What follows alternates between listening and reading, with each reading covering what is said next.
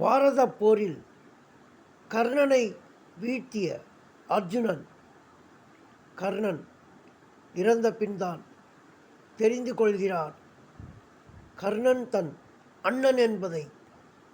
அப்போது மிகவும் துடிக்கிறான். என் அண்ணனையே நான் கொன்றுவிட்டேனா என துடிக்கிறான். அப்போது சகாதேவன் எதிர்ப்படுகிறான். முக்காலமும் அறியும் சக்தி படைத்த சகாதேவா, உனக்கு கூடவா கர்ணன் நம் அண்ணன் என்பதை புரிந்து கொள்ள முடியவில்லை? அதை நீ புரிந்து கொண்டு எனக்கு உணர்த்தியிருந்தால் அந்த கர்ண மகாவீரனை நான் கொண்டிருக்க மாட்டேனே. தவறிழைத்து விட்டேனே, தவறிழைத்து விட்டேனே, தவறிழைத்து விட்டேனே.